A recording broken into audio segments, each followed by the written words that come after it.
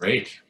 Well, good afternoon, everybody, and thank you for attending today's summit on the future of Vermont, and specifically this panel on what can the data tell us.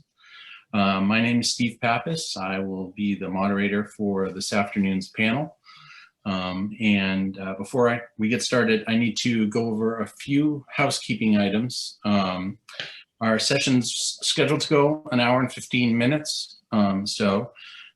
And we will be using the Q&A function in Zoom, which should be at the bottom of your screen for this session. And so if you have questions or anything related to the topic today, you can put it there. If you have technical questions or you would like to possibly say hello to another attendee, you're welcome to do so in the chat in Zoom. And Cindy Delaney is our tech host, and if you do have technical issues, if you put it in there, you will likely be hearing from her. Also, the closed captioning is enabled, and if you do see subtitles and you don't want them, you can turn them off again at the bottom of your Zoom screen. Reminder, since you are here and you're watching this, you probably have already been prompted that this is being recorded. But I wanted to make sure that you were aware of it. And our panelists will be taking questions toward the end of the session, so you can post those questions to the session in the Q&A in Zoom. And the moderator will be referring those questions for the final portion, that's me, of the session. The chat is open primarily for you to communicate technical issues, but also to relay those questions. So let's get started. As the editor of the Times-Argus and Rutland Herald newspapers, I'm in a kind of a unique position in that I get to not only chronicle what's happening within a print audience that represents about half the state, I also get to see kind of firsthand what the trends are in whether it's one community pushing its way through economic development renaissance and cultural renaissance, like Rutland, with the largest ski area on the East Coast, right up the mountain, just a few miles away. I get to watch a community with deep roots in immigration and blue collar background, working next door to the seat of government in what's probably one of the most progressive thinking and mostly white collar capital cities in United States. And across the board, I get to see the challenges facing pretty much the entire vulnerable population of the state of Vermont, which is not insignificant. Newspaper readers are a demographic all of their own, and they are a constant reminder of who's paying attention, who's engaged, who's being a part of that dialogue within a community.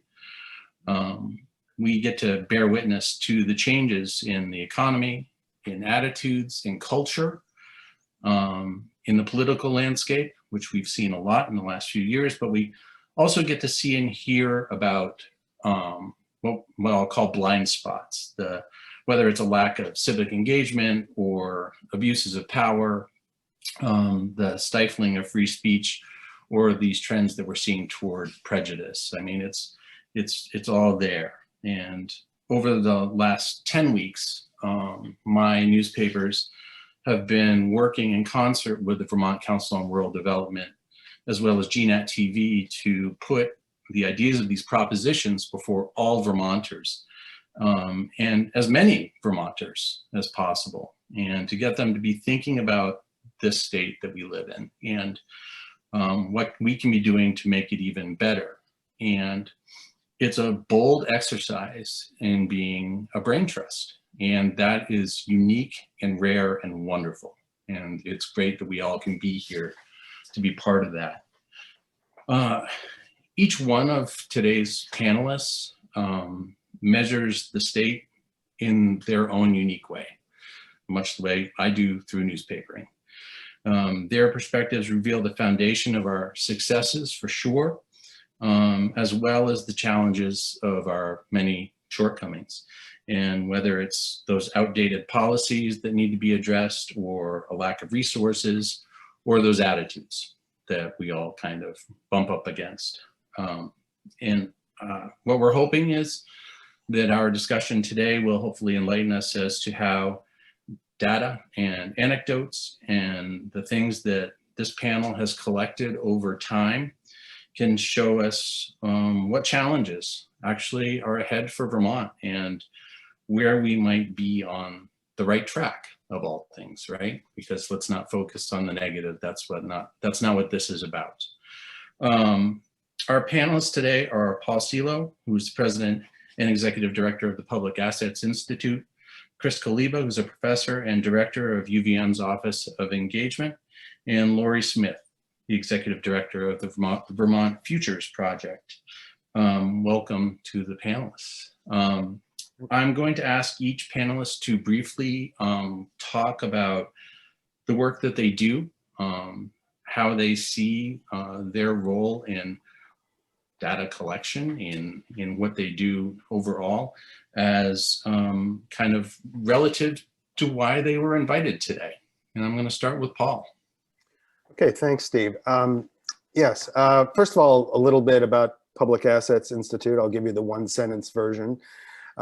We analyze Vermont tax budget and economic policy from the perspective of everyday Vermonters. And so the focus of our work and the focus of my comments today will be largely related to those areas, tax budget and economic policy.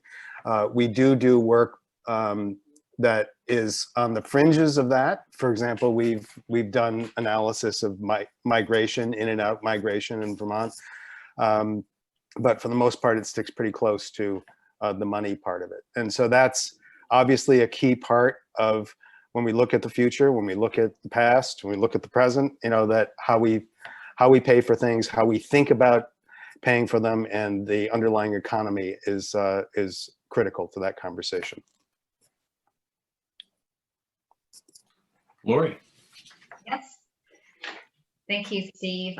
It's just, thank you so much for having me. It's an honor to be sitting here with Paul, who's been doing this work for a long time. Chris, I've gotten to know very well in the last year, speaking on data and looking at Vermont's future. My role as Executive Director of Vermont Futures Project, again, I'll mention what Paul has done, is to give a little bit of a one-sentence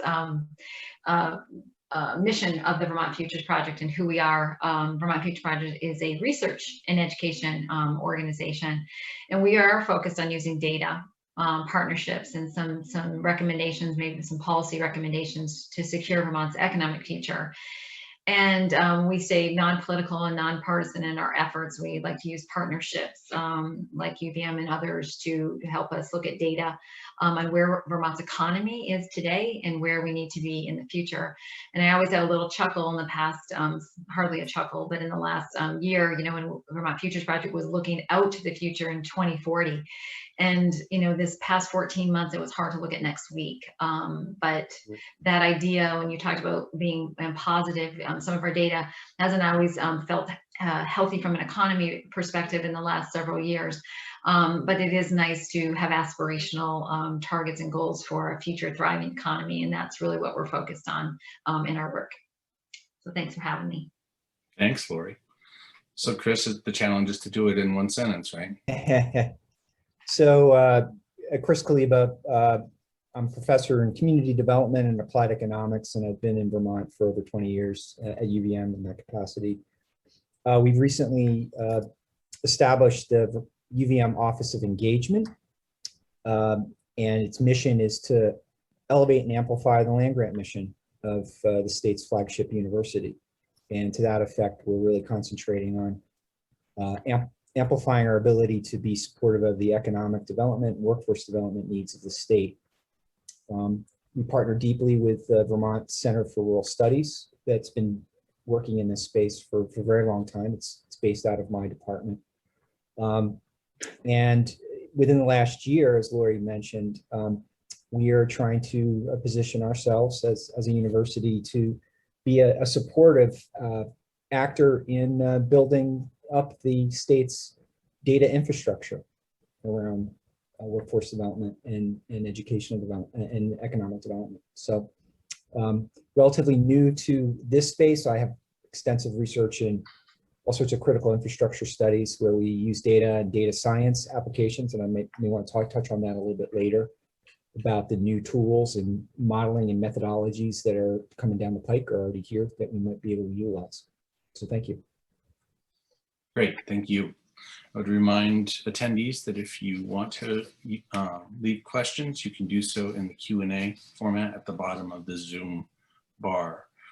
I'm going to open it up with the hard question first. I want to know what you all feel the greatest challenges facing Vermont are. You don't need to come up with solutions today. I just want you to tell us what is holding us back, what is holding us down right now.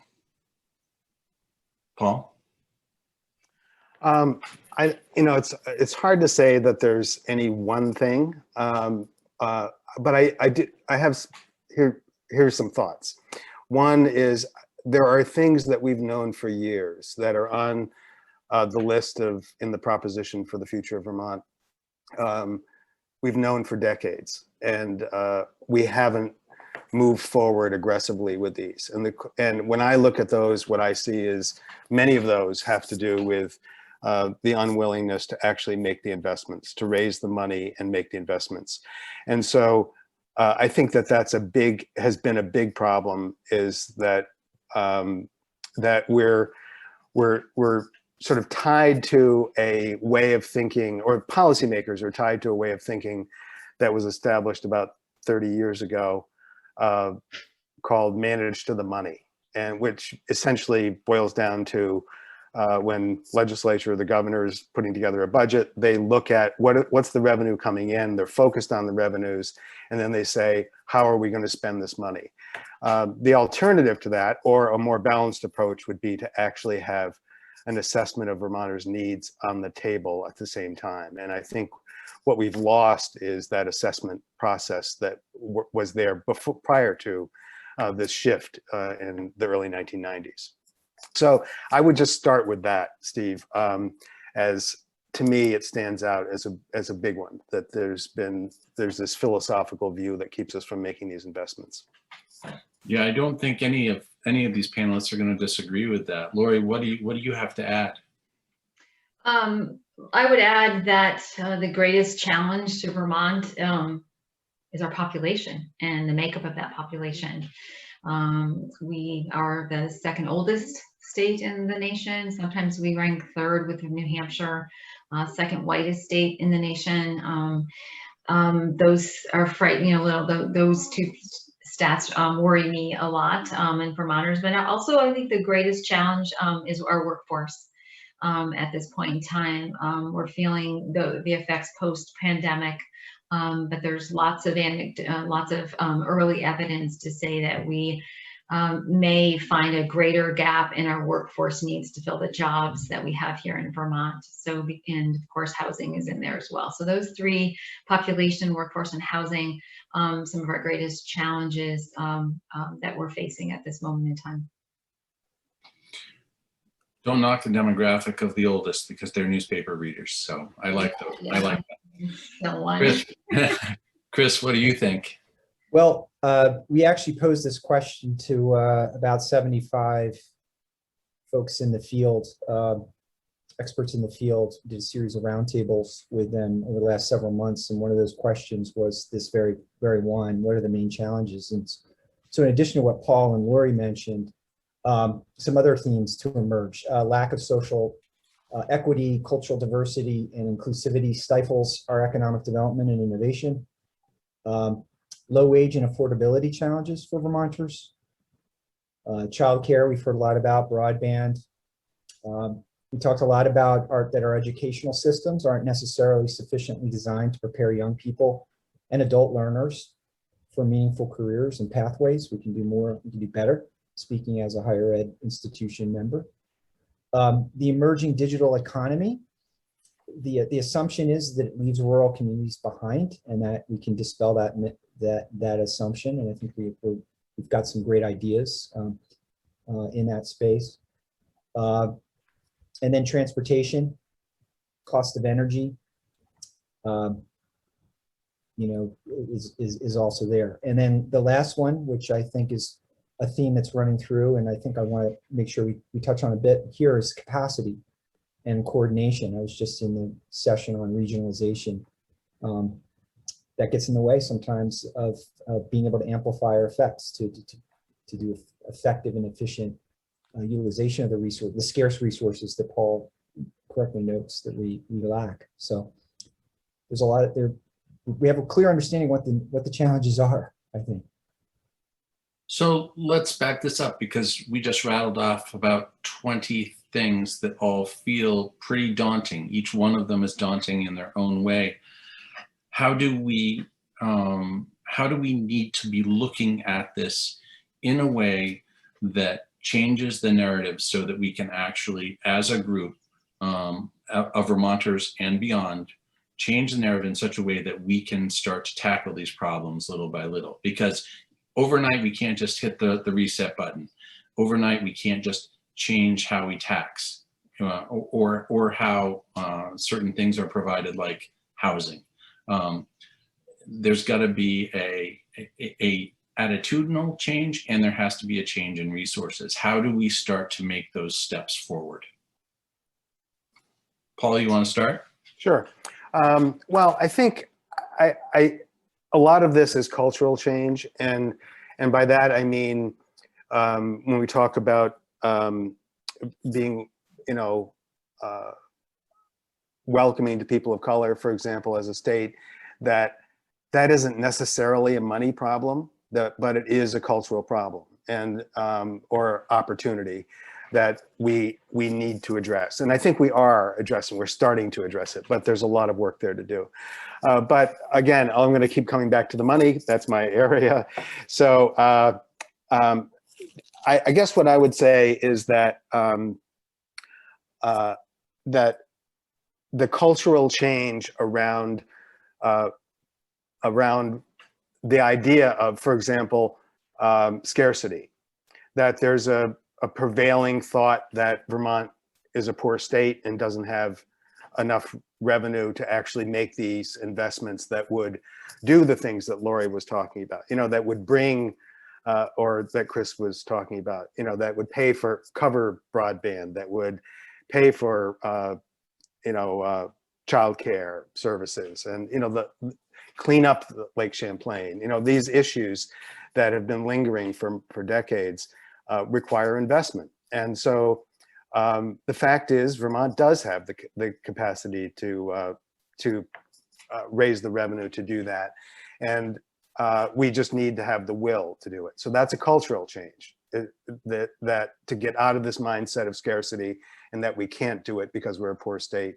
The fact is, we do have the resources and we can make these investments. In fact, we're not going to make progress on these things unless we do make those investments. There are certain things that government needs to do to set the stage for the population increase that Lori wants to see.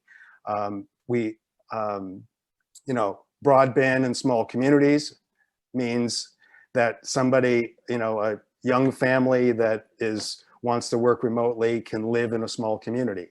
That affects, you know, kids in school, which affects our, you know, school policy and school taxes. You know, it just starts to snowball. So I come back to the culture around investment, state investment, and the willingness to actually tap the resources that the state has. So the census information would indicate that certainly we've seen a slight bump in population over the last 10 years, but certainly not to the degree where we're necessarily able to change the mindset and turn a spigot in a meaningful way. Lori, what do you think? Can we essentially raise the money to be able to do the things that we need to be able to do right now? Well, I am not that don't have that kind of experience to answer that question, but I think that's where the data, this is a conversation about what can the data tell us. And you know, when I hear Paul and others, when we talk about we have the revenue and the money to do that, I don't actually know. That's a good question, but the data should be able to tell us that. What kind of revenue do we have?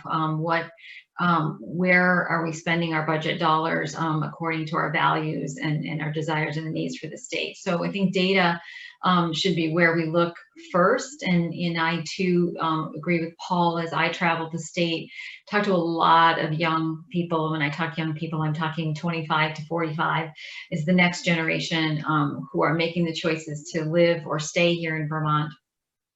And their conversation is that we also have a cultural narrative about growth and any kind of development, and I'm not really sure when we unpack what does that mean when we talk about growth and development, and I think that again, looking at data will be really important to us to learn where we are today and where we want to go tomorrow, especially through the construct of that generation, who I believe, just by our demographic makeup, not many of them are at the table. Many of us that are at the table have been doing this work for years. And how do we get that 25 to 45 at the table and learn what they want for a Vermont of the future, and where is the revenue and the money to be able to get there. So I think the data is really the place for us to start in these conversations.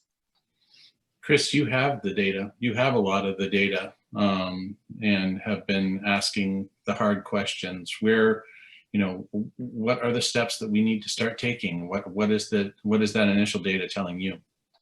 Well, just to build on Paul's point about investment, right? We are facing a generational public dollar investment. It's here, and so public investments. We're going to be an embarrassment of riches a bit, and my concern a little bit here, or not a little, but is to make sure that we're not throwing money down a hole and just to spend it. And I'm really assured that the state leadership is not of that mindset. Like we are just super lucky to have dynamite public officials. That on the flip side, there is a demand and a pressure to spend those funds. So what I think we all could be doing is advocating that those investments are done with data-driven decision making. And so that's where I think we need to build our data infrastructure. And I think this is where, Paul, I haven't had a conversation with you yet, but Lori and I have been chatting, about a consortium approach to really kind of understand what we know and what we don't know, and where the gaps in the data are, and how to pursue that. There's all sorts of new data that's coming online. We were just talking the other day about mobile phone data, right? We'll be able to track, it's a bit big brotherish, but tracking where people go and come and go, and who stays, and where those concentrations of people are, and how they commute, and where they spend their money, and all of that. That data revolution is here. I think that we can do it ethically without violating people's civil liberties. But that would be my hope, is that with the public investments, that every public investment decision is used with the best available data. And so I think our goal needs to be that no decision is made in a vacuum. Now, there's definitely data that is hard to get, or maybe impossible to get, or we shouldn't collect. But I think that should be a goal and an objective, and maybe that's something that we can kind of come out of this with. Relative to other investments, though, I think private investment. As I'm talking to our innovation hub leaders, our accelerators, our generator leaders, I was just talking with Rob Lair out of the Hula complex out of Burlington. There is interest in investing in Vermont. I see Adam's question here about our patents and intellectual property and what have you. And I can speak a little bit more about what UVM is doing in that space. But Rob's point is that there is an interest, a wave of interest in investing in a state like Vermont because of what we've just been through. That we are a place of sanity and good stewardship, and we have natural beauty, and people get along pretty well. We've got a long way to go to be welcoming, but we don't fight the culture wars quite as vigorously. So there's definitely an opportunity to infuse more of that private capital. And what I'm really interested in, not only the venture capital stuff, And I've got some thoughts about that. And I think it's important that we keep our finger on that strand, but also the slower capital, the commercial capital investment, the social capital investment, the patient capital that would allow for small scale entrepreneurs. They're not inventing the newest widget they're going to sell off for $10 million. They want to open up or reopen a store at a storefront to offer, a retail space, or do some new form of production, or artisanal production. Where are they getting the capital from? And from what I understand, we have a lot of access to loans. We have a very rich environment there. But what's that middle space between the venture side and more of the patient capital? I'd be curious to see how Paul would respond to that point. But those are my thoughts there. Paul, I'm going to give you a chance to respond to that, but I also want you to talk about how, as Chris just pointed out, COVID has changed the narrative, and it's changed what's happened in Vermont. We're seeing a significant number of homes being bought by out-of-staters. We're seeing a push for people wanting to be in Vermont. How does that translate into an answer for what we're talking about? And also speak a little bit to this infusion of money, this once in a lifetime opportunity that Vermont actually has. We're talking about the future of Vermont, and all of a sudden, 2 months ago, we couldn't have imagined that we would also be talking about, $1.2 billion being infused into the state in a certain set of priorities to answer some of and maybe resolve some of the issues. So let's talk a little bit, if you want to speak to Chris's point first, and then we'll kind of segue into a conversation about COVID's effects. Actually, I didn't write down Chris's point, but actually, would you just remind me, Chris? Well, yeah, Paul, I was talking about sort of the suite of investments, right? I think you had cued in on the public investment side, and I wanted to bring the private investment into the picture, and not just, but the venture side of that, but also the other kind of private investments, social investors, patient capital, some of those things that are not looking for a quick return on investment, but more longer term. Yeah. Okay, great. So there's a lot of things, Steve, in this question, so I'll try to be brief.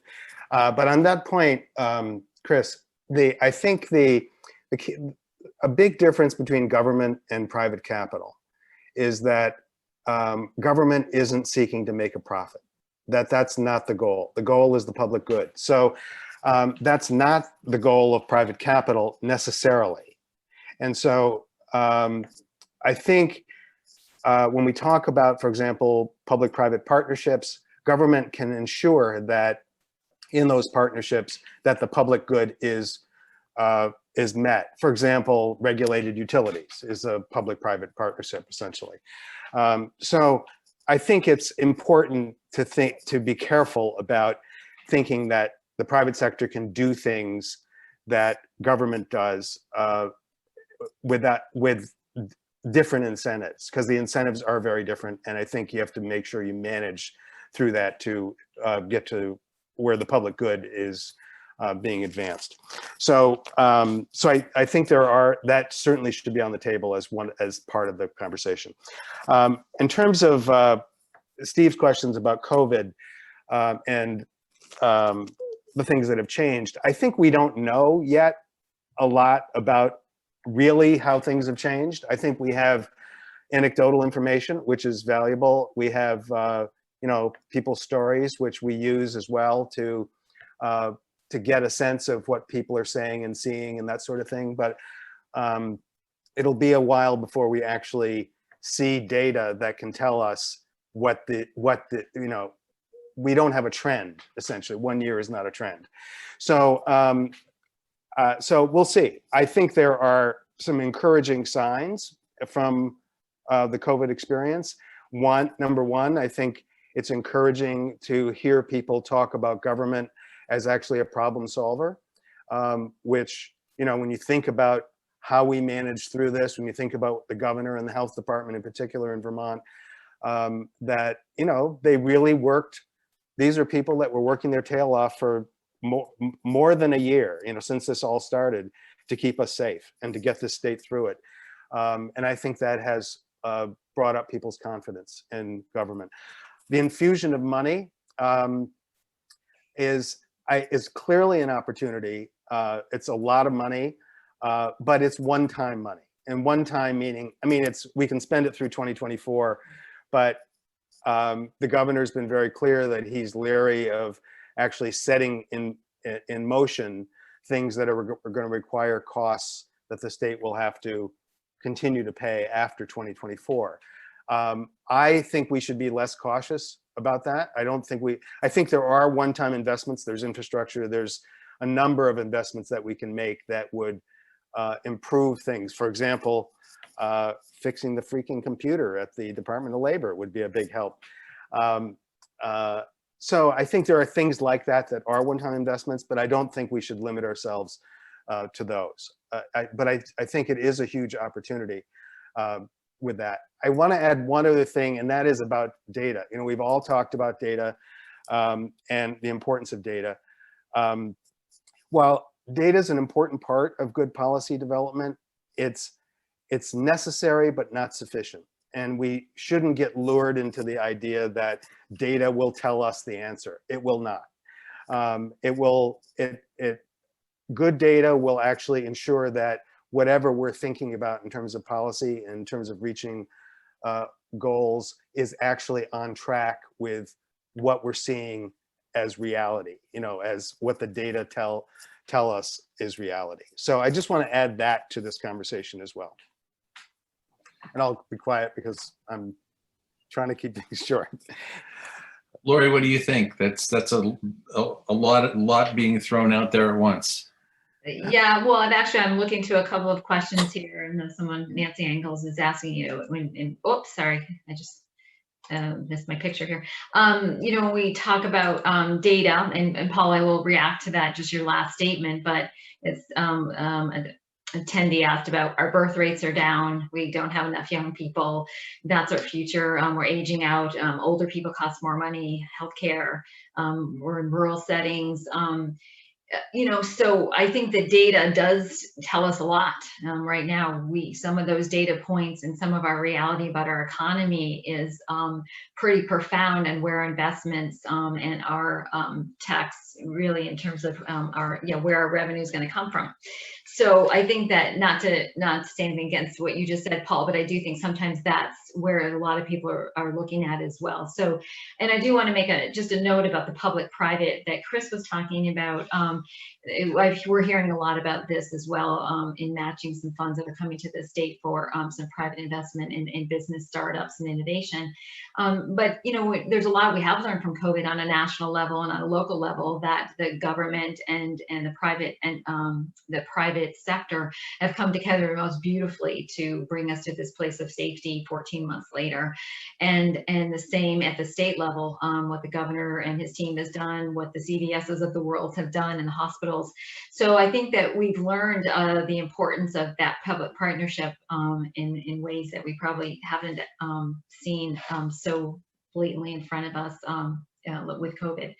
And one other question, I'm a little off tangent, but I want to respect the questions. A few folks asked about data on equity and race and others, and I do in gender. I do want to just let people know we're talking about data that Change the Story is an amazing entity that's looking at gender and diversity data on pay, et cetera. And Vermont Racial Justice Alliance has followed a lot of data on people of color and where they're in home ownership and salary and poverty, et cetera.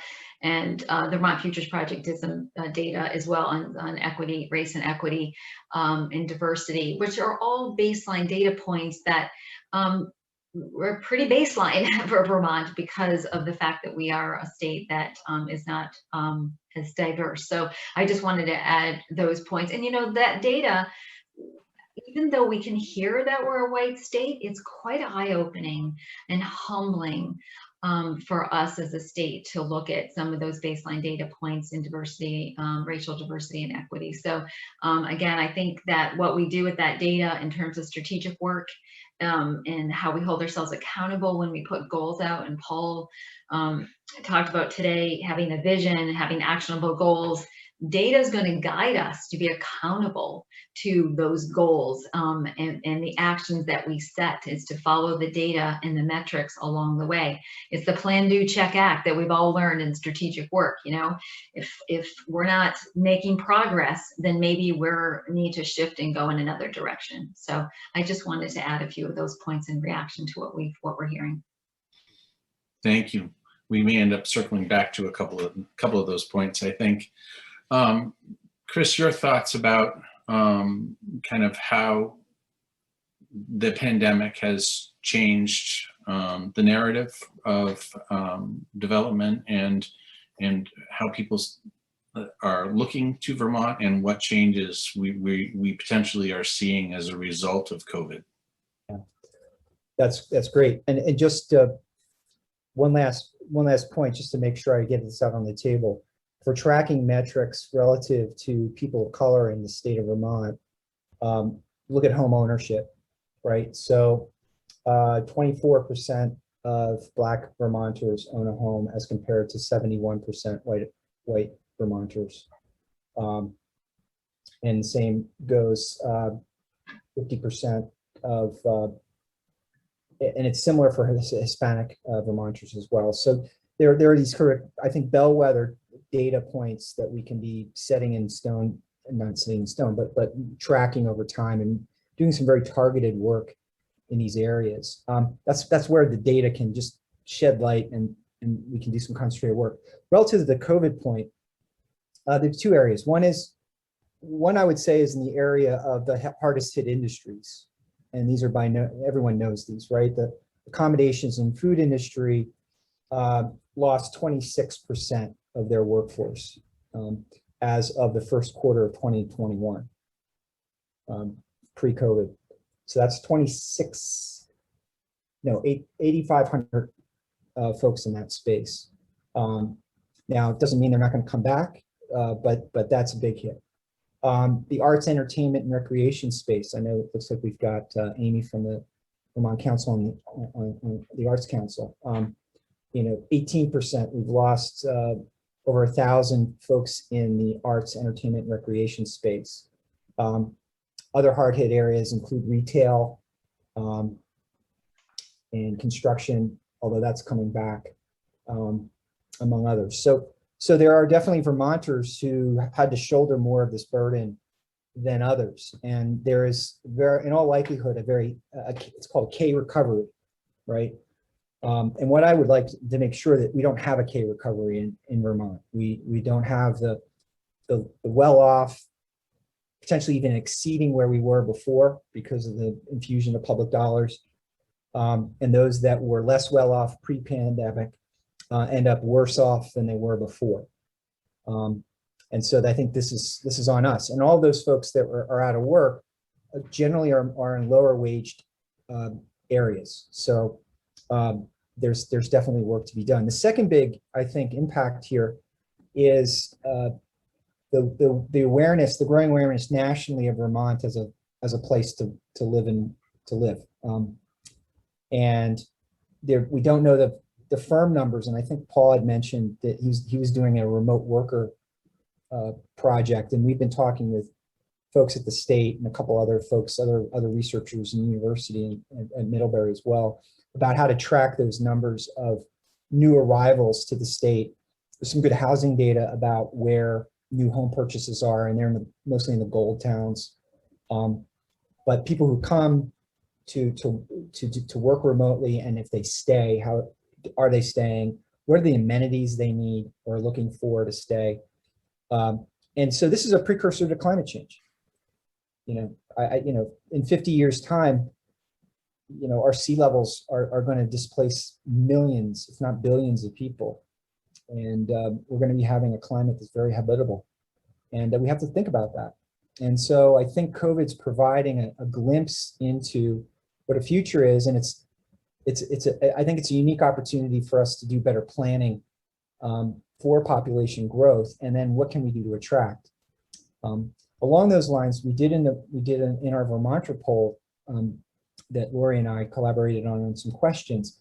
But one of the questions that we posed was, how enthusiastic are you for welcoming new Vermonters? I think it's the way we phrased it. How important is it to you that Vermont prioritize attracting new arrivals to live and work in the state?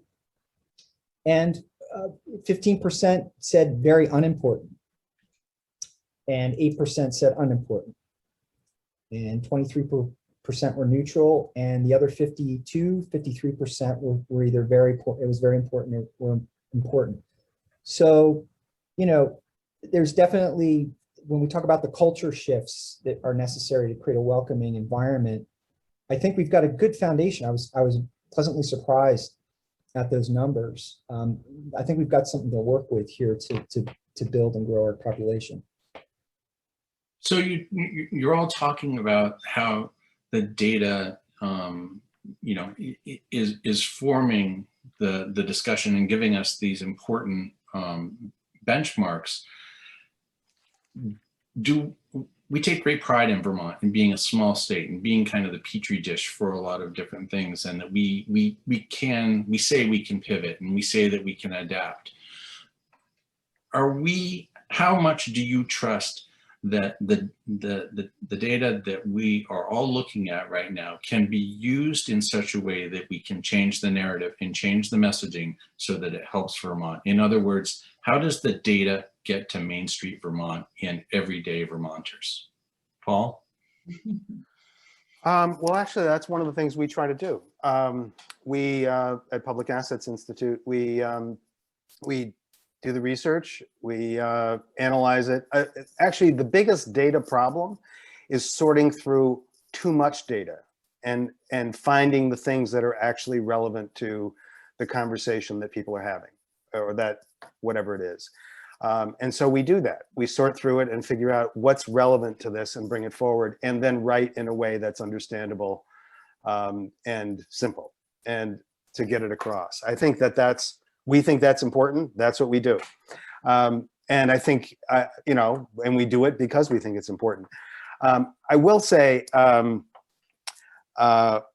terms of trusting the data, again, there's a reliability question, because not all data is equal or are equal. You know, that there are margins of error, and there's confidence levels, and that people pick data on different, you know, different places in that spectrum. We're pretty conservative about that in terms of what we use, in terms of what we assert based on data. We've seen other data that's out that is less conservative, because it's the only data, maybe the only data available. So that's I think another dilemma in terms of public confidence in data, is making those choices and how those choices are made. I want to, you know, on this data question, I made this point earlier about data doesn't, you know, data doesn't decide the policy. And actually, I want to just give an example. It's the one I actually sent to you, Steve, in my email, which is that we've known for 20 years, we've tracked for 20 years, that the student population in Vermont has been going down about 1% a year. So the question is, what do you do with that information? I think that information was largely a driving force in the legislature passing Act 46. So in other words, the response is consolidate districts, cut out school boards, close small schools. Some towns won't have schools. And I think that's actually a solution that's backward looking. It's looking at what happened in the last 20 years and how do we adjust to it. And then essentially the message of that is, we think that's what life is going to be like going forward. So it's not especially visionary from my standpoint. I think another option could have been to say, and this is, I think, the point Lori was making earlier, how do we actually make communities, small communities, attractive to families that put kids in schools, and essentially that where there are schools in the community, because that's one of the things that attracts young families to a community, that there's actually a school there. So I think we're hurting ourselves on that front by the Act 46 consolidation.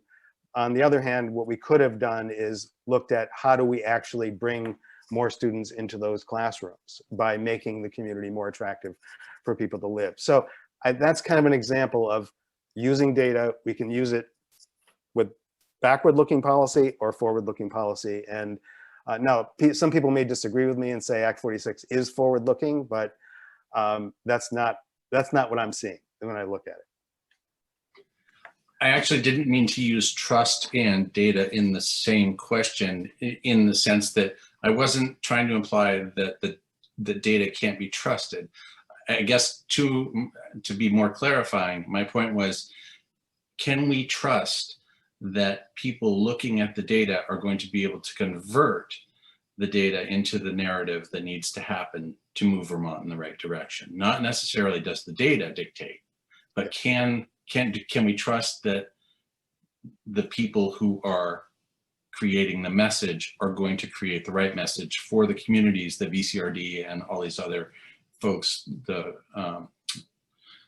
are working with right now, I guess is my broader question. I'm going to skip you, Paul, because you Okay. talked too long. Lori, what do you think?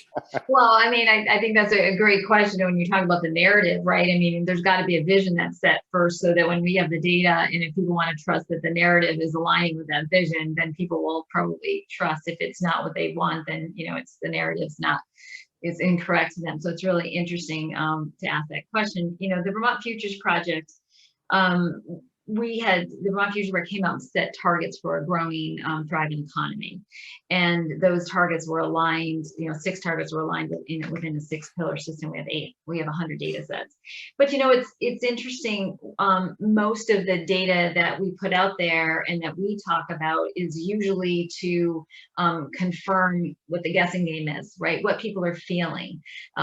We did a young professional, traveled around the state, talked to 157 young professionals from top to bottom of the state, and they talked about affordability and their salaries. And, you know, lo and behold, in our data, Vermont salaries, most of these, you know, individuals that we did talk to, they fell in line with young professionals. Most of them had college degrees in this cohort. And even I was surprised that the data, and again, census data, showed that Vermont, at a 4-year degree or more, we are on average $11,000 less per year on average to have a 4-year degree or more, and it goes up with educational attainment, or I should say, it goes down in comparison to U.S. And so there was this feeling amongst the young professionals through these conversations that was the case. Well, the data proved that guessing game, right? And so I think that, and we've used data workforce.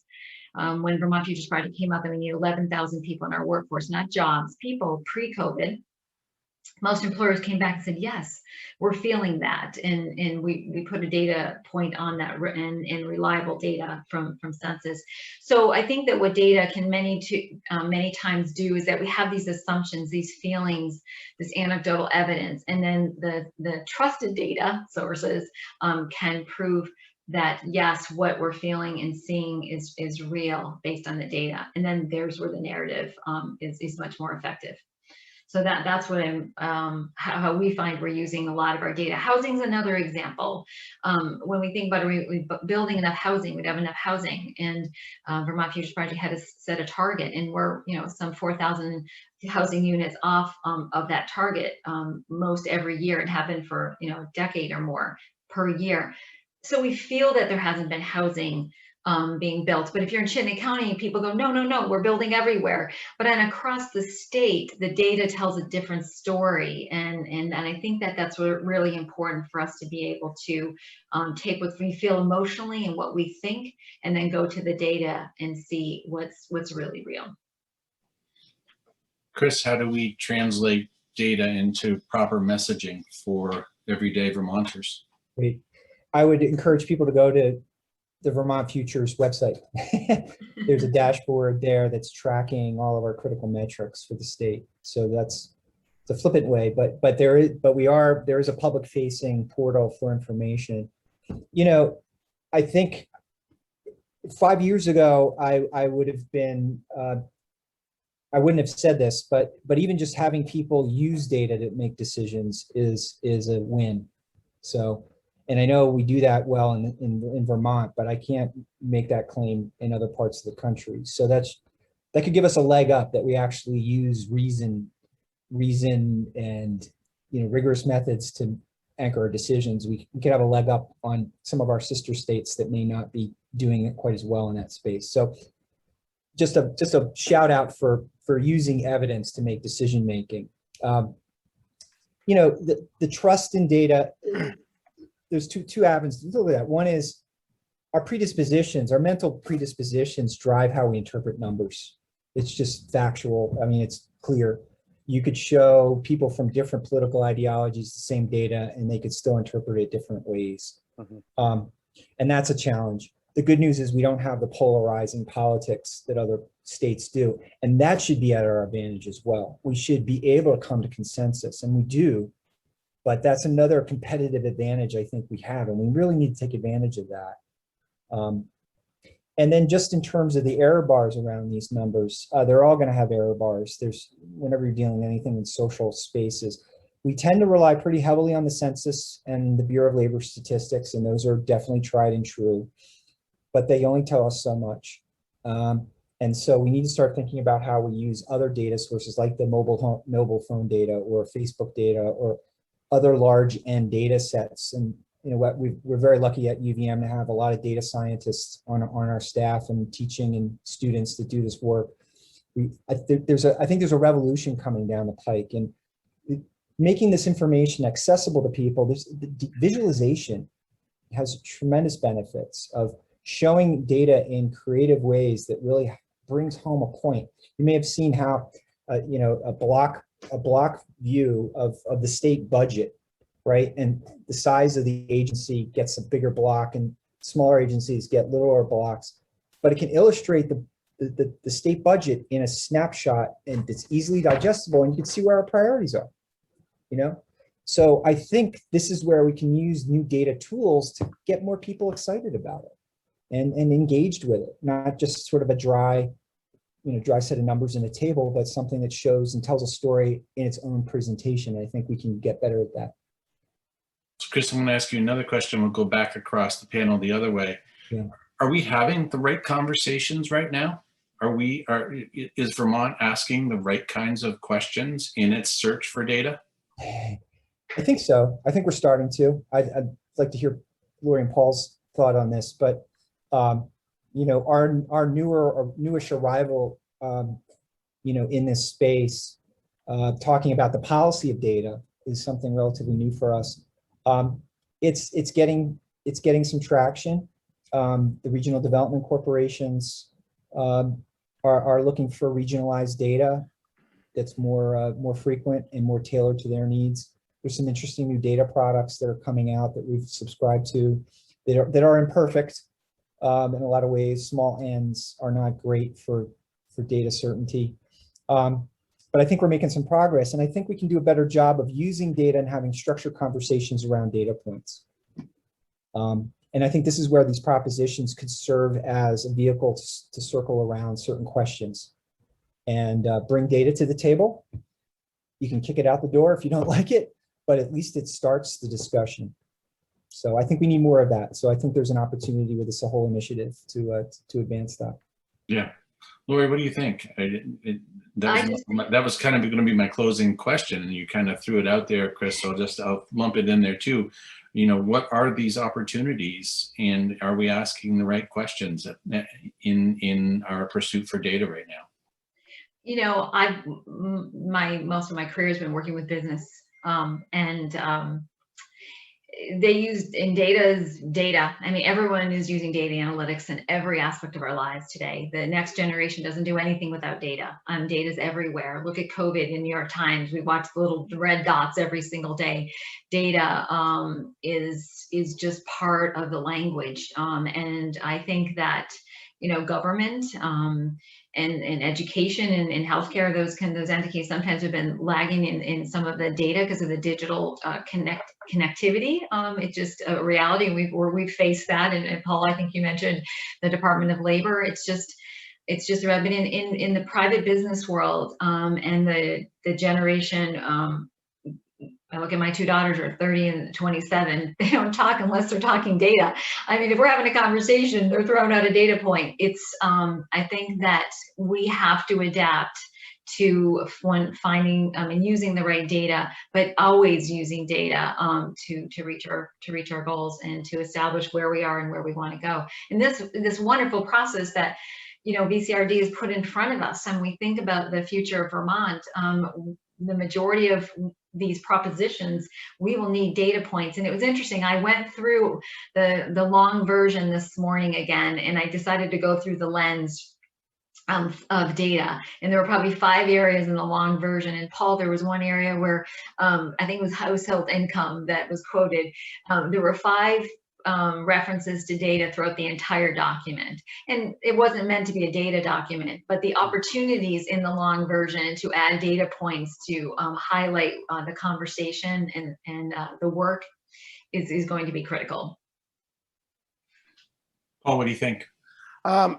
Well, I think, first of all, there are data gaps. And I think we definitely see gaps with race and gender in particular. And it also depends on what, you know, you can get statewide data for some things, but you can't get county level data or town level data, or you can't, you know, slice it in different ways. And that's, you know, just the limitations of the data we have. So I think having better data for where we want to lift up, you know, where we want to actually see some policy change. And I think that gets to the question of, you know, technology is one thing. And I think Chris is right that we've got new opportunities that, you know, they're coming at almost a geometric rate, you know, that they're, you know, new opportunities to gather data. But I think it doesn't answer the question. That's the question we have to answer is, what do we want data on? What is it we're trying to do? And what do we need information on? And that's really the most important question. And then to get at what are the tools to actually get that done. One thing that I've been wanting to see for years, so I'll just use this opportunity to mention it, because I think it's a huge missed opportunity, is Vermont has had, you know, we've done, as I mentioned earlier, migration analysis, in migration and out migration. And roughly speaking, for the last 25 years, about 15,000 people leave Vermont and about 15,000 come in. You know, some years it's a little higher on one side than the other, but pretty much that's what it is. So there's, and some people have focused on the 15,000 who are leaving. And like, why are they leaving and all that? And there's lots of reasons why people leave. You know, they leave to live with family, they take a job, they want a warmer climate, they like the Rockies better than the Green Mountains. But the big question in my mind is, why are 15,000 people coming to Vermont every year? Who are those people? And what moved them to come here? I would love to see an annual Vermont report on the 15,000 people who arrive every year in Vermont. And that, I think, would be a treasure trove of information about that leads to the things that we're all talking about. You know, we all agree, you know, population has been stagnant, but really understanding what it is that moves people to make the change to come to Vermont and change their address. So I'm going to circle back to the first part of our conversation where we listed off what the challenges are, and it was a pretty hefty list. It sounds to me like all three of you are saying that while there are challenges, that we should be optimistic that the answers are here and that we just need to and ask the right questions. I'm just going to end it with an open-ended question for the last few minutes that we've got. Do you feel that the right questions and move itself to the point where it can effectively change that narrative. I'm having a natural storm here, so if I go away, that's why. I'll start with you, Paul. Actually, you were breaking up for me, so I wasn't sure what the question was. So if you could, we might have lost. Did anybody get the question? No. We might have lost Steve. Yeah, we lost Steve. He's having a storm. I did get that. Okay, so he's in the middle of a storm, right? Poor Steve. So here's what I'm just gonna, you know, if you can guide me, that would be great. But I would say this, that I don't think any of us are doing this work as pessimists. You know, I think this is an optimist's work. You know, when you're the work of going, finding data, finding out what's true and assessing it, the reason you do it is because you're hopeful that you can do something to make a difference, that it actually makes, you know, that things can change. And that's certainly how I feel. I feel like that's why I do this work. You know, I think somebody in the chat asked, you know, do people listen to us? And the answer is not nearly enough. And so, you know, but yes, they do.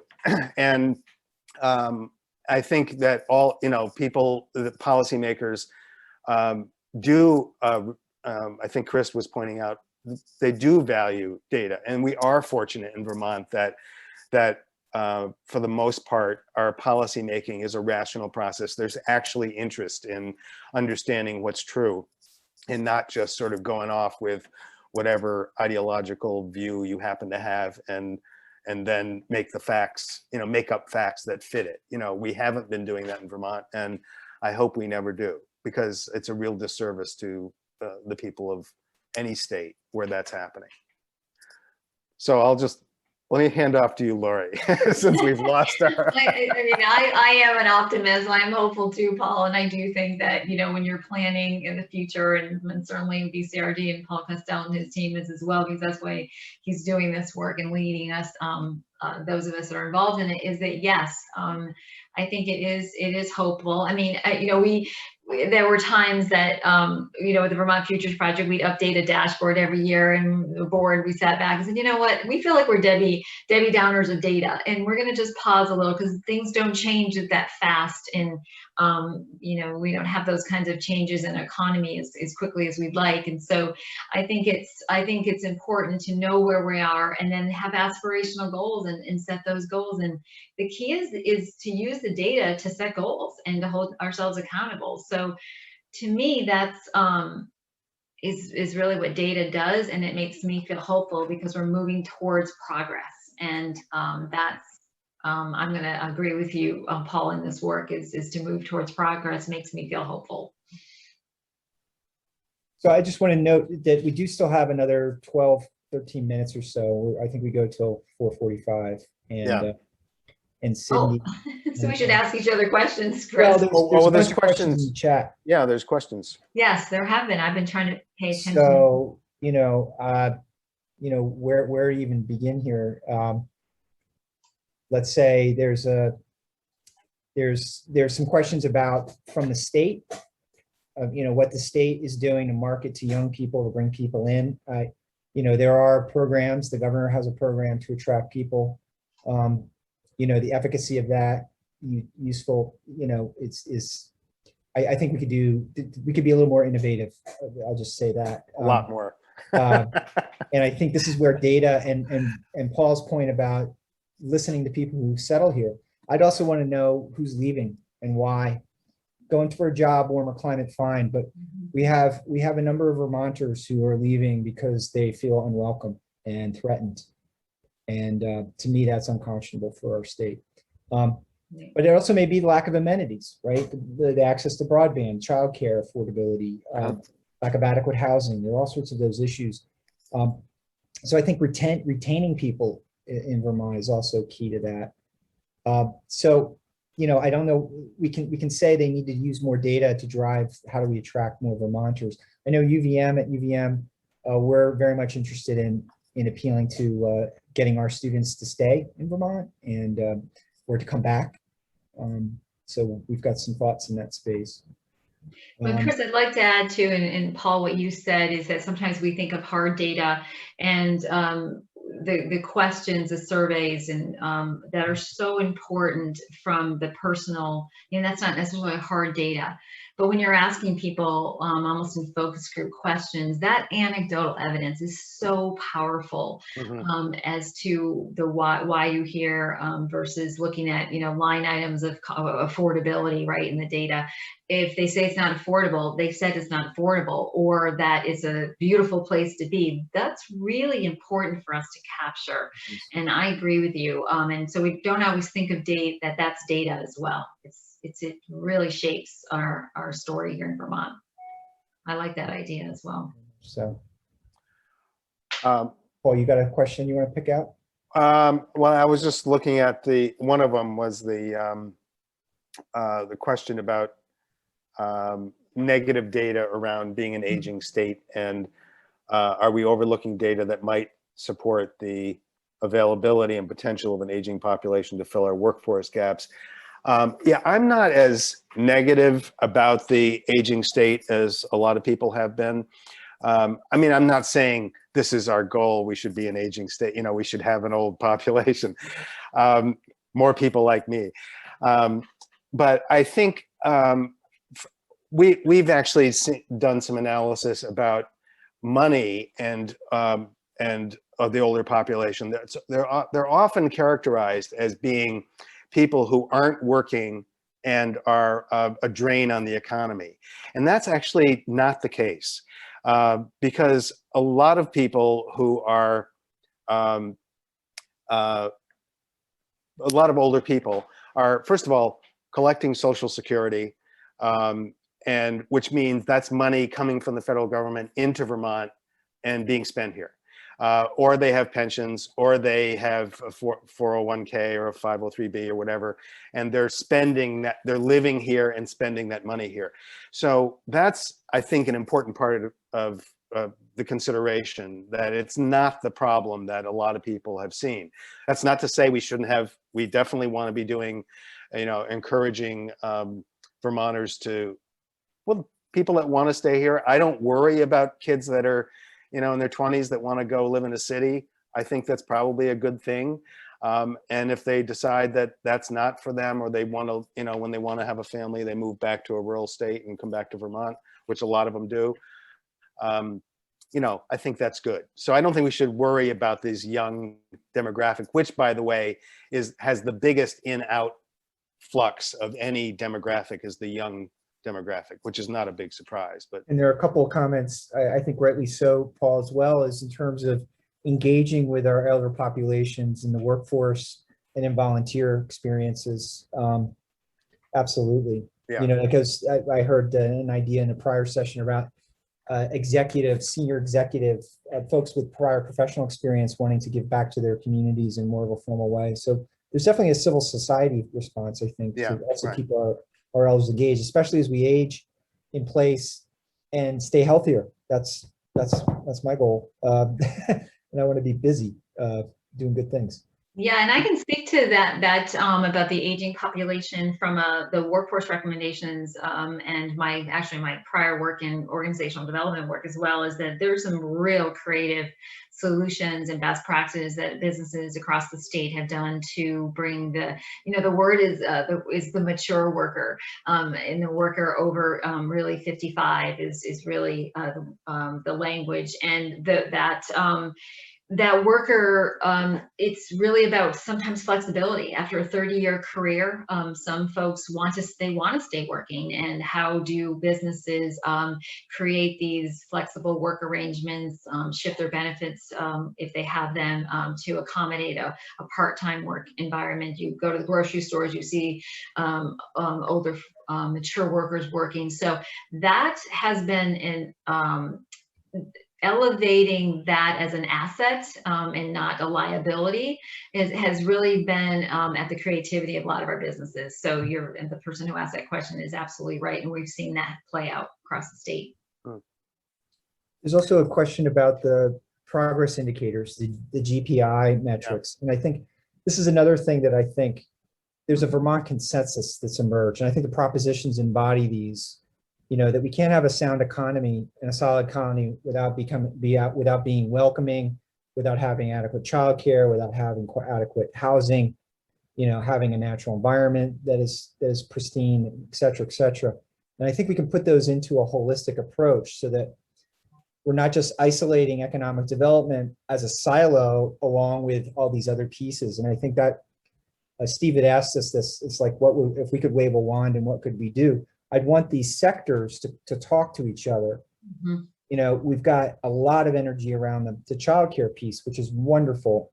How does that work then integrate with the housing questions or the economic development questions? And so the Farm to Plate program network is using an idea of collective impact, right, around shared values, shared metrics. I think there could be something that we could work together to do to sort of integrate these things. I'm a systems thinker. I love to think in terms of these overlapping systems. And I think data can drive some of that. So what's the correlation between housing and health and workforce? And there are all sorts of interesting questions to be asked. And so I think this is where the public-private partnerships are so key. Yeah, the opposite of that is working in silos where you are solving a particular problem, but then you're kind of not paying attention to the other problems you may be creating, or maybe you're actually moving backward on your big goals. So I agree. I mean, I think that you want to,